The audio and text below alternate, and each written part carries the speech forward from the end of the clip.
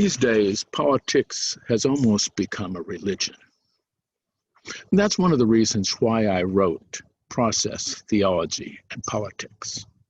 I wanted to write a book grounded in process theology, speaking to our concrete USA situation, a book that spoke to lay people as well as professionals.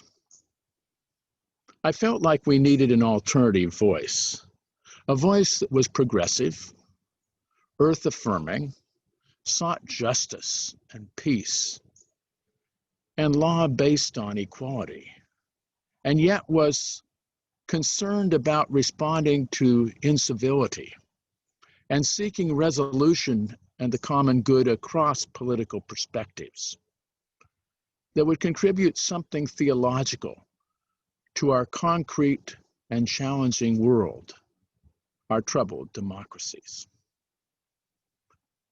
Our ideas about God and the world, human and divine agency, shape our public policy and our citizenship.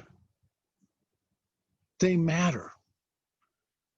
But more important, the type of God we believe in, the type of world we imagine, can be a matter of life or death, inclusion or exclusion, justice or injustice. Our ideas about God, about power, about the scope of revelation, about authority and who has it, can encourage or discourage democracy, welcome and demean other people, can include or exclude. I believe that authoritarian images of God lead to authoritarian politics. I believe that authoritarian images of God lead to focusing authority in one place, the place that has all the answers, the place that determines the destinies of people without their consideration. Authoritarian images of God encourage authoritarian politicians and authoritarian churches that align themselves with authoritarian politicians.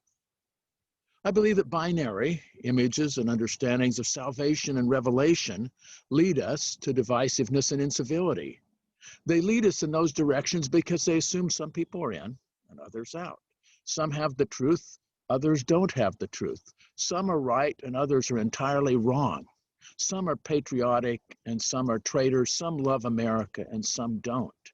This sort of binary approach leads to exclusion, diminishment, injustice, and harm to those with whom we disagree.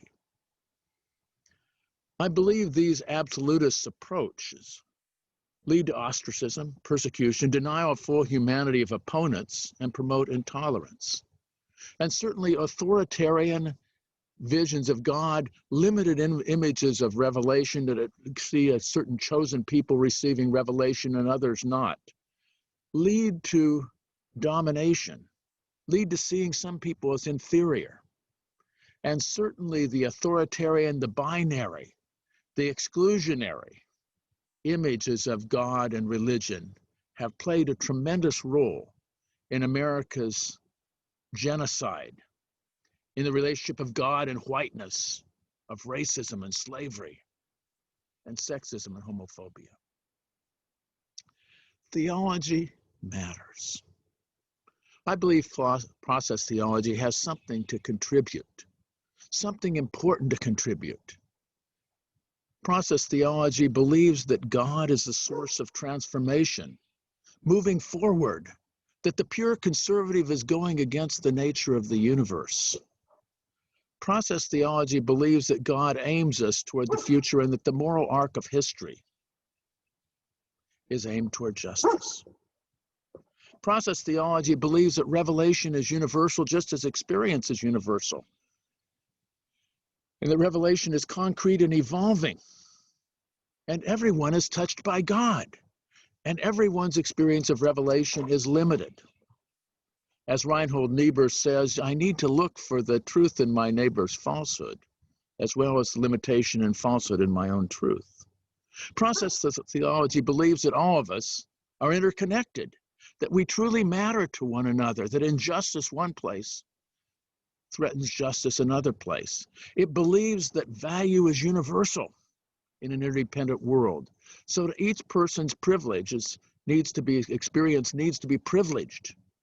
Each person's experience needs to be given credence. Each person's experience needs to be honored. If value is universal, then ethical obligation is universal, even beyond humankind. And finally, process theology believes that the future is open, that what we do can make a difference, that what we do can shape the world, that we are God's companions in healing the earth in ways that are inclusive, loving, transformative, and take us from self-interest to world loyalty.